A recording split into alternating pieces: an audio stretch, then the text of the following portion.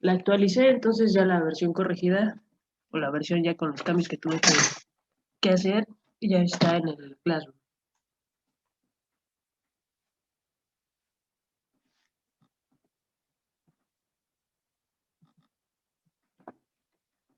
Ok, bueno.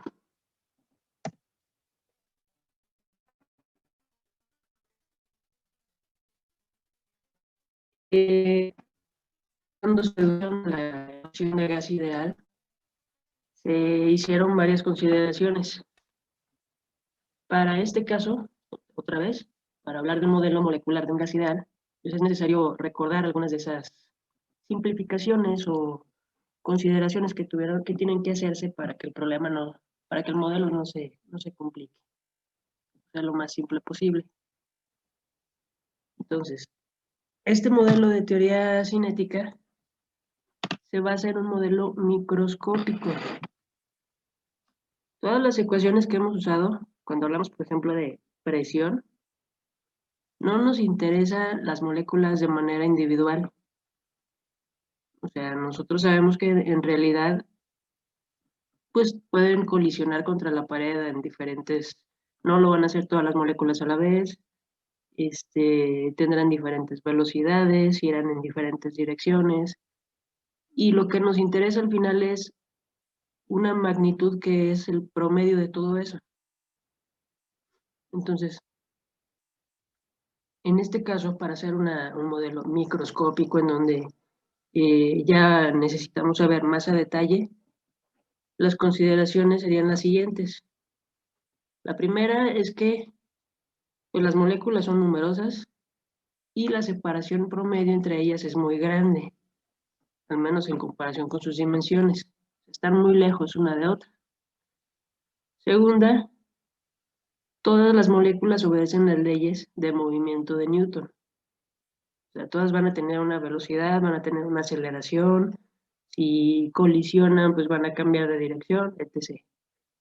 La única diferencia es que no podemos saber hacia dónde se mueven o se mueven de forma aleatoria.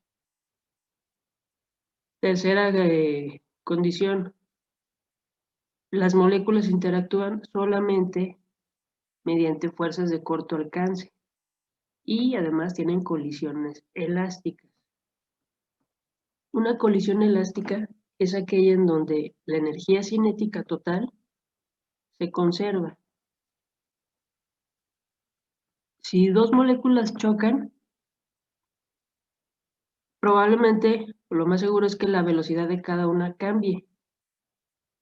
Pero si yo calculo la energía cinética de las dos antes de la colisión y después de la colisión, va a ser igual. De manera individual, es distinta. Es decir, si yo nada más veo a la molécula 1, antes y después, su energía cinética va a ser distinta. Pero si mido la energía de la molécula 1 y la 2 y la sumo, entonces la energía cinética total es igual.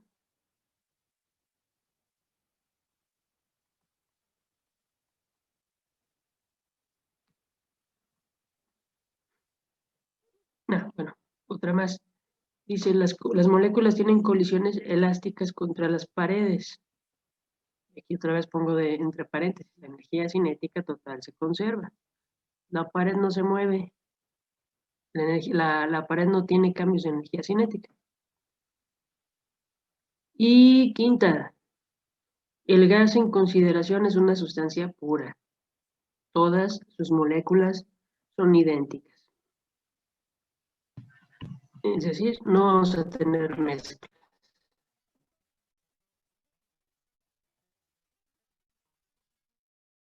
Entonces, con esos 5 puntos, ok, bueno, vamos a imaginar, a dividir nuestro tanque de gas o nuestro espacio en una pequeña región de volumen.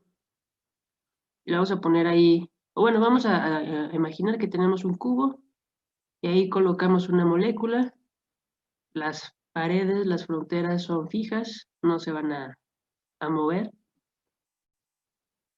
y solamente tenemos a una molécula. Se puede mover libremente. Entonces, Una cantidad que puedo calcular de cualquier objeto en movimiento es la cantidad de movimiento, masa por velocidad. Si yo peso 60 kilogramos y me muevo a 10 metros por segundo,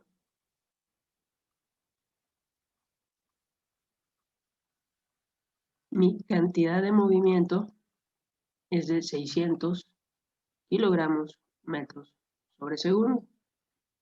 Siempre. Cantidad de movimiento, al menos de manera lineal, siempre va a ser masa por velocidad. Entonces, voy a observar a mi molécula que puede moverse en las coordenadas, en el plano de X a X, es decir, desde esta pared a esta otra. Tiene un cambio en la cantidad de movimiento.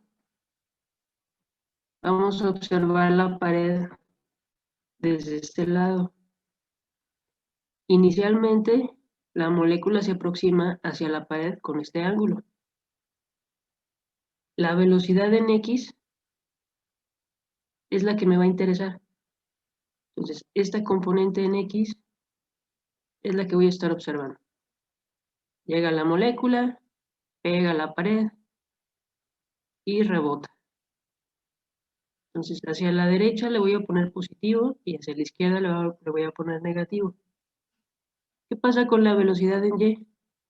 Pues eso no cambia.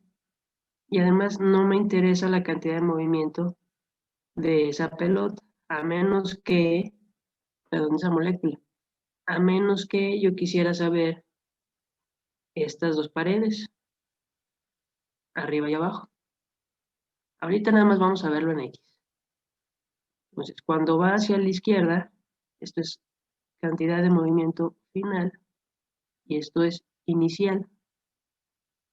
Entonces, final menos masa por velocidad viene hacia la izquierda, menos cantidad de movimiento inicial, masa por velocidad. Entonces, si se mueve hacia la izquierda es negativo, se mueve a la derecha es positivo. El delta de cantidad de movimiento es movimiento final menos el inicial. Esto lo puedo sumar y me queda menos 2 veces la masa por la velocidad inicial en X. Entonces, esta es mi molécula pegándole a la pared y rebotando en dirección opuesta. Por eso hay un cambio en la cantidad de movimiento. Y aquí tengo otra ecuación, impulso. Ese cambio en la cantidad de movimiento también le llamamos impulso. Y es el producto de la fuerza con la que la molécula pega, o también puede ser la fuerza que opone la pared, por el tiempo que dure la colisión. Es decir, si la molécula pega con 5 newtons de fuerza y la colisión dura 0.01 segundos, pues entonces el impulso será de 0.5. Este es el tiempo que dura la colisión. Suelen ser tiempos muy pequeños. Hasta ahí sí vamos entendiendo lo que va pasando. O ya se perdieron.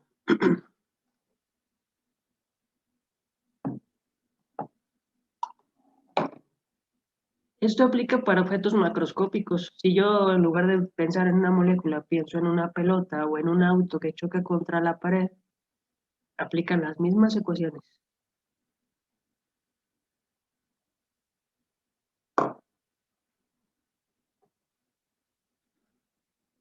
Estamos haciendo un análisis macroscópico para fenómenos microscópicos.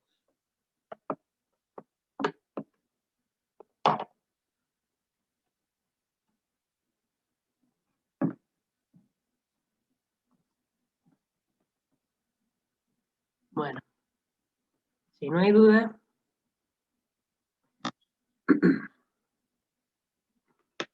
ahora, podemos calcular cuánto tiempo tarda en chocar la molécula 2 veces con la misma pared. Distancia entre velocidad. ¿Cuál es la distancia? Pues si quiero que colisione con esta pared, tiene que recorrer primero una distancia d hacia la izquierda y luego otra distancia d hacia la derecha. 2 veces d. Y se mueve a una velocidad constante. Entonces, el tiempo que tarda en hacer eso, en ir de aquí hasta acá y regresar, es 2d entre la velocidad en x.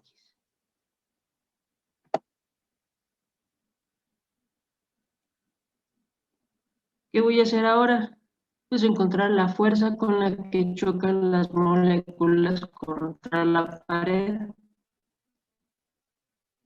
Entonces despejo Fi y me queda el cambio en la cantidad de movimiento entre el tiempo o 2 veces. No hago más que sustituir y al final me queda una ecuación muy simple que depende de la masa de las moléculas, de la velocidad que tienen y de la distancia que van a recorrer. Entonces, tercera ley de Newton. Esa es la fuerza que las moléculas ejercen sobre la pared, pero es también la fuerza que la pared ejerce en sentido contrario.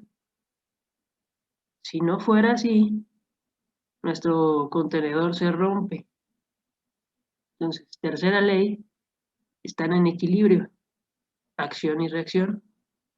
Bueno, como coloquialmente se le conoce a esa ley. Entonces, como tenemos un montón de moléculas dentro de nuestro sistema,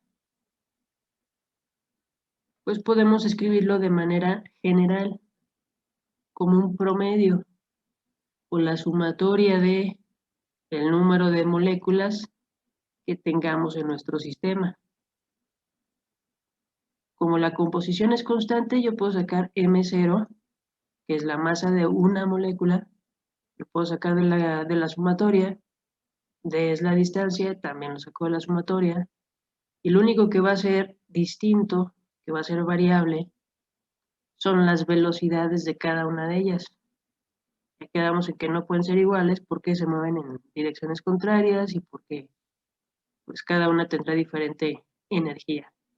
Entonces, esa fuerza es realmente un promedio.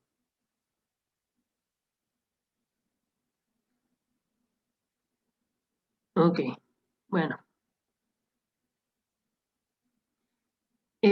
Como son muchas moléculas y que aunque cada una va a ejercer diferente, va a tener diferente velocidad, puedo considerar que es una fuerza constante.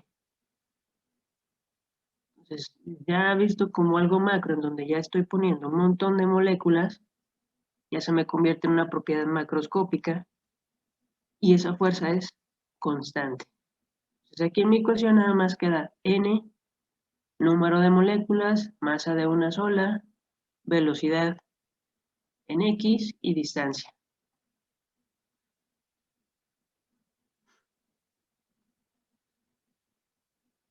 Ahora, ahí estábamos viendo solamente una dimensión. ¿Qué pasa en 3 dimensiones?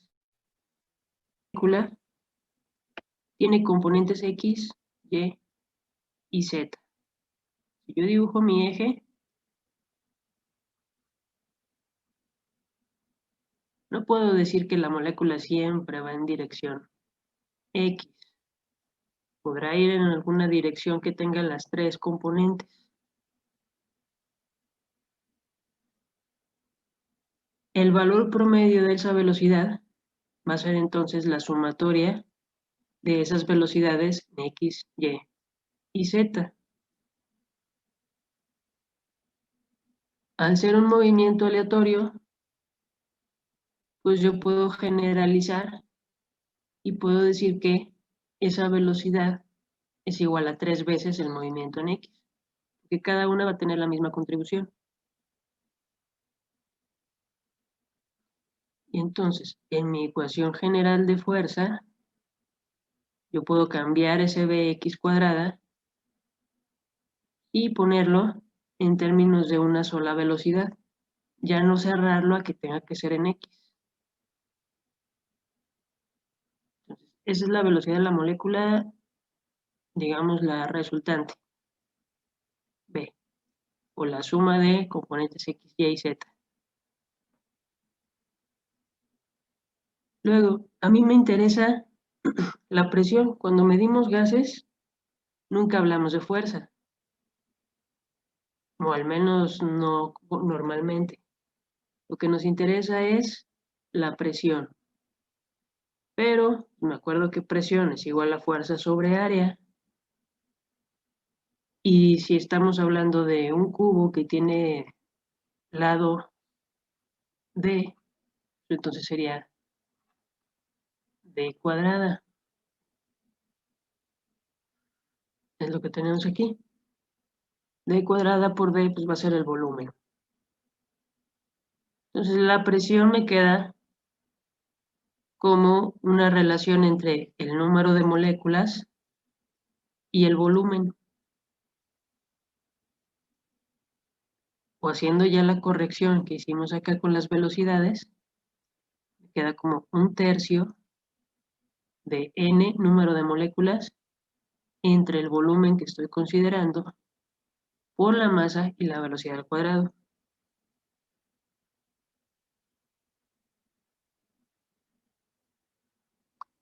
Esa ecuación yo la puedo multiplicar y dividir por 2, aquí arriba, por 2 y 2. Y de esa manera no se altera. Y observo que me aparece un término conocido, energía cinética. Un medio de la masa por la velocidad, y debería ser al cuadrado, es energía cinética.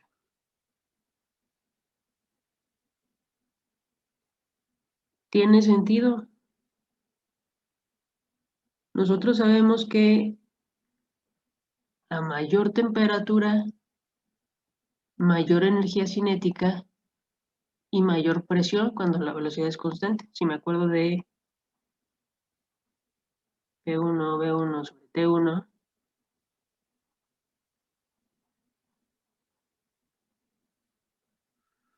si el volumen es constante, aumento la temperatura y entonces la presión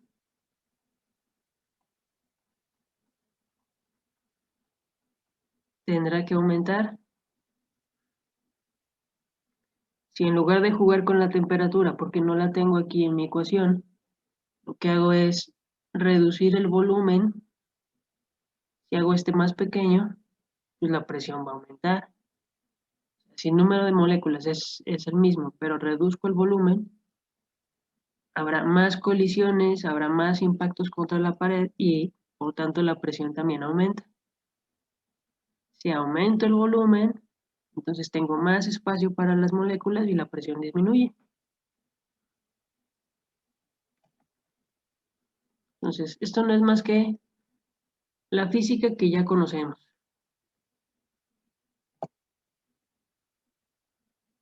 Ok, bueno, esto es lo que tenemos ahí atrás. La presión de un gas es proporcional al número de moléculas por cada unidad de volumen y a la energía cinética traslacional promedio de las moléculas. Aquí no estamos considerando que las moléculas también pueden tener energía rotacional. A lo mejor yo tengo una molécula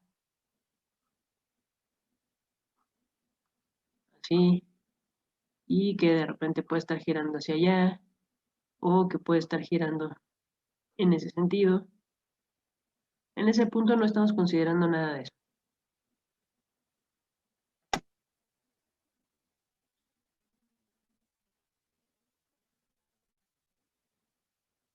Ahora, ¿qué tiene que ver esto con la temperatura? Pues empezamos reorganizando la ecuación que ya teníamos. pasamos el volumen al lado izquierdo y me queda presión por volumen, algo que ya conozco y que sé que también es igual a nRT. N es número de moléculas entre número de Avogadro. N, R, que diga R sobre número de Avogadro es constante de Boltzmann.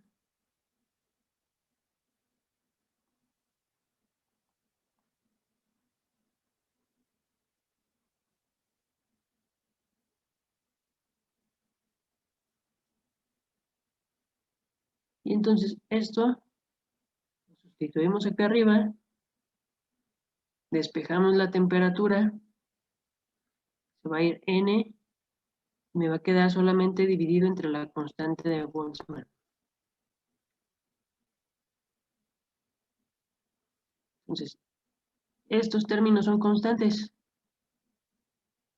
De ahí que la temperatura sea solo resultado de la energía cinética.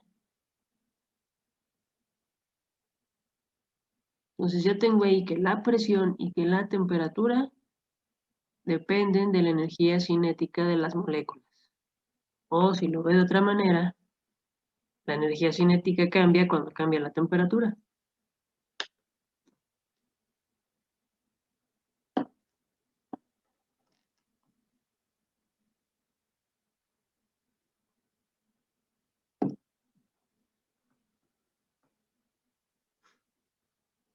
Ok, bueno, ahí es importante tener en cuenta que siempre son promedios.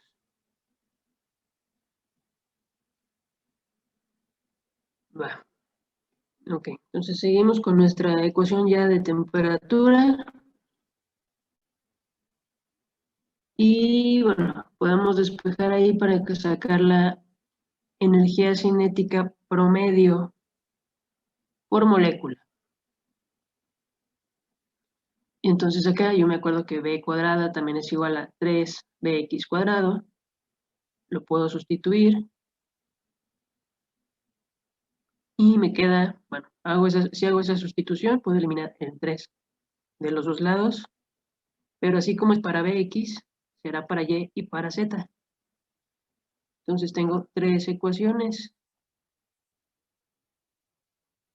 Y a eso se le llama grado de libertad traslacional. Es decir, grado de libertad se mueve en X, en Y o en Z.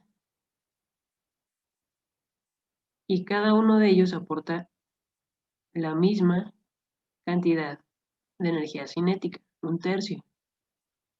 No, no es cierto, un tercio. Ok.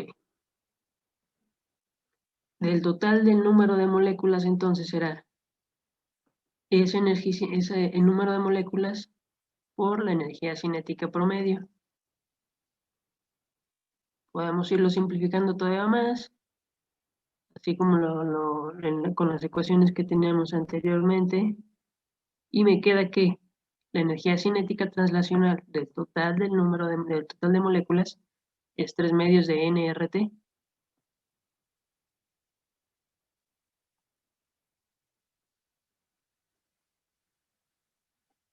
Entonces, hasta ahorita empezamos analizando movimiento en X. Vimos que la contribución X, Y y Z son las mismas. El promedio, cada contribución a la energía cinética promedio, cada movimiento en X, Y, Z contribuye con lo mismo. Y bueno, todo esto se manifiesta como temperatura y como presión.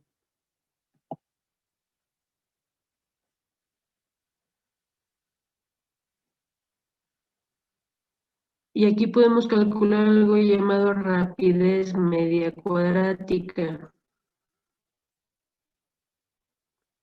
de la velocidad que tenemos acá. No hacemos más que despejar. Y dice ahí, mientras más pesada sea la molécula, más lento será su movimiento. Sí, tiene sentido.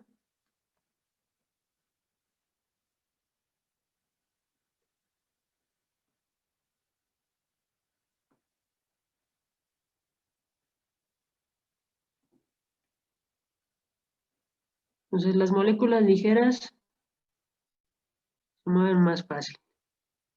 Por eso el hidrógeno tiene más tendencia al escape, es más difícil de comprimir, es más fácil que se fugue el hidrógeno.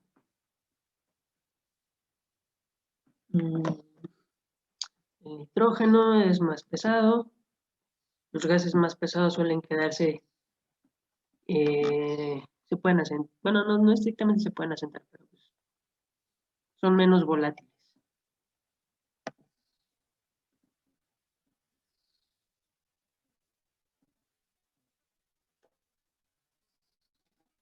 Ok.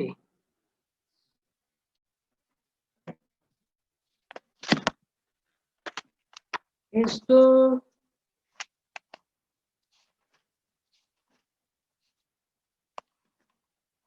tiene con el calor específico.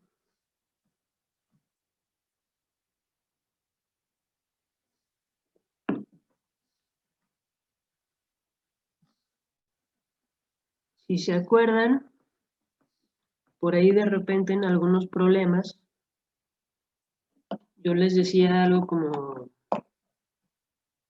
el calor específico de tal gas monoatómico es 3 medios de R, o es 5 medios de R, o es 7 medios de R. ¿De dónde sale eso? ¿Qué, ¿Por qué medios de R? Bueno, ya dijimos que la temperatura es una medida de la energía cinética translacional promedio y tomamos como referencia el centro de masa de la molécula, sin pensar en el movimiento interno. Es decir, si es diatómica, tomamos el centro de masa como referencia. Ese es el que se mueve. No nos interesa si la distancia si el enlace cambia, si vibran en una dirección u otra, si están rotando. Solamente observamos el movimiento translacional del centro de masa. Entonces, cuando es un gas monoatómico, no es una molécula, es un átomo, solamente necesitamos conocer el movimiento translacional, porque no hay rotación, no hay efecto de la rotación que nos interese, menos hay vibración. Así que solamente podemos saber si se mueve en X, Y o Z. Si sabemos que tenemos un grado de libertad por cada coordenada, entonces cada coordenada aporta un medio de la constante de Boltzmann por T, un medio de la energía. ¿Sí?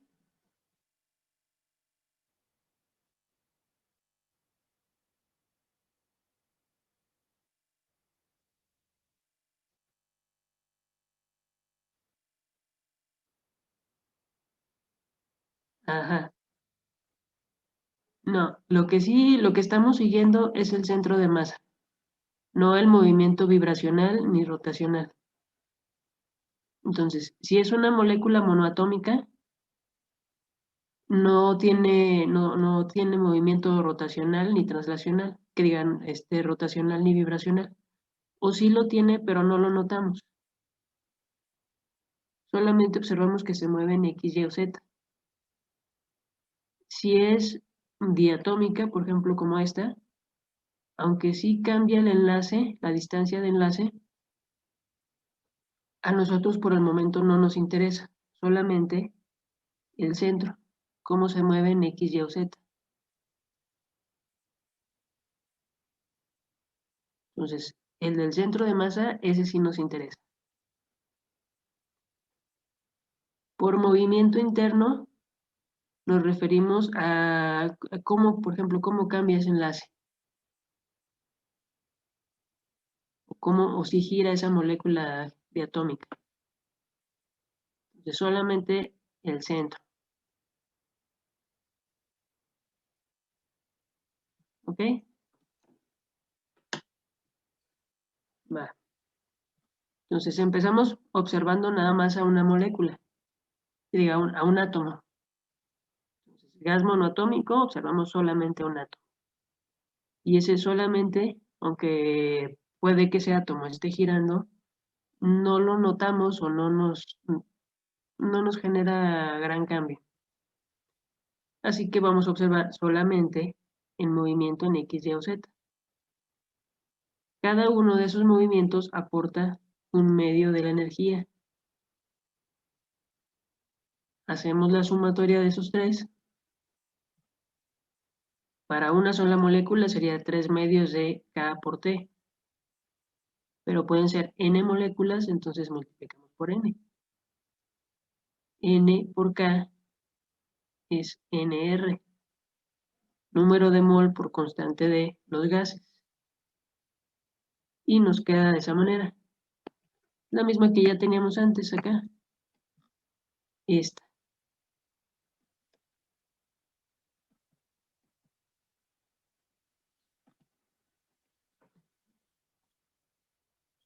Ahora, si transferimos energía a volumen constante, el trabajo es cero. Tiene paredes rígidas, pues no puede realizar este trabajo. Por más que nosotros calentemos el gas, le suministremos energía en forma de calor, lo único que va a pasar es que va a aumentar la temperatura y la presión, pero no va a ocurrir, no se va a producir trabajo. Entonces, eso va a ocasionar que el calor transferido se convierta totalmente en energía interna. Recordemos que delta U es igual a Q más W. Si W no existe, Q es igual a delta U. Aquí lo puse con otras letras, pero es lo mismo, energía interna. Y si delta U es igual a N CB delta T,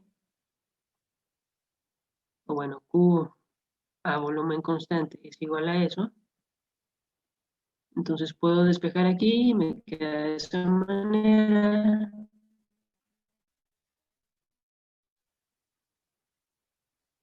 Puedo escribirlo sin considerar los cambios.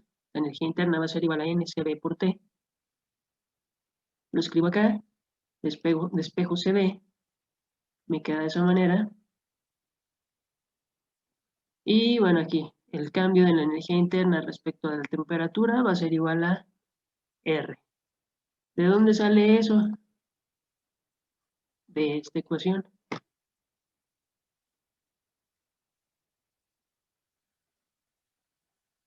Y me queda entonces que el CB es 3 medios de R para una molécula, que diga, para un gas monoatómico.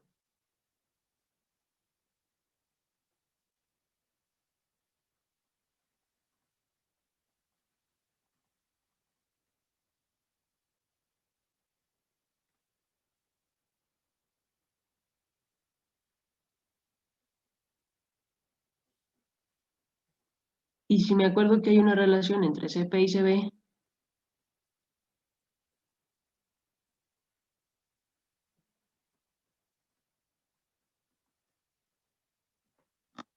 pues entonces puedo obtener también el CP de un gas monoatómico.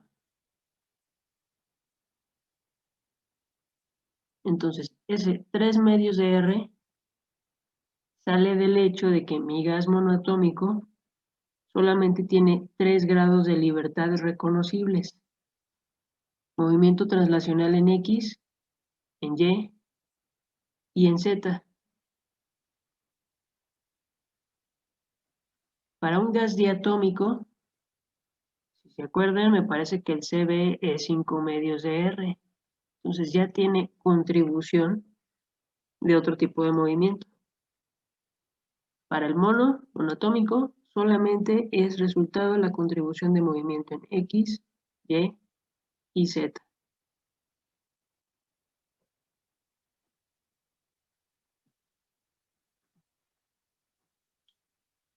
Ah, ¿qué pasa con el diatómico? Pues ahora sí tenemos que tomar en cuenta todo lo demás. Entonces yo puedo poner, este es mi, aquí a la mitad, como son moléculas del mismo, átomos del mismo tamaño, aquí a la mitad puedo poner el centro de masa. Entonces si yo observo movimiento translacional, esto se puede mover para allá, se puede mover hacia acá o hacia arriba. Tengo tres movimientos, X, Y, Z. Los 3 grados de libertad que también tiene la molécula, el gas monoatómico.